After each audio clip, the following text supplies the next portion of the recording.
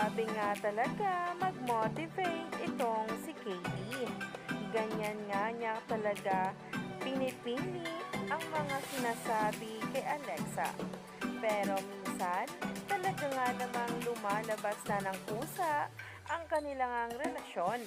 At estado ngayon na kung saan talaga ay himlay na ang mga puso ng mga sweethearts.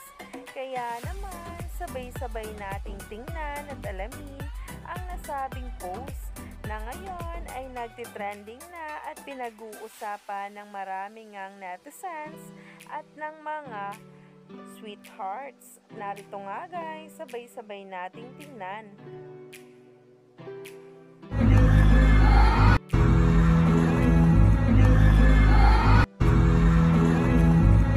Kahit anumang ulit at yun pa rin ang sasabihin ni Katie Estrada kay Alexa.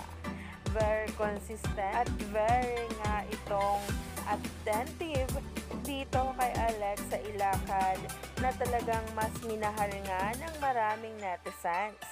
Kaya naman talaga ang mga sweethearts ay hanggang dulong araw nila ipaglalaban ang tambalan na K-Dilex nina Katie at Alexa. Kung saan kahit anuman nga raw ang mangyari, pipiliin nila ang isa't isa.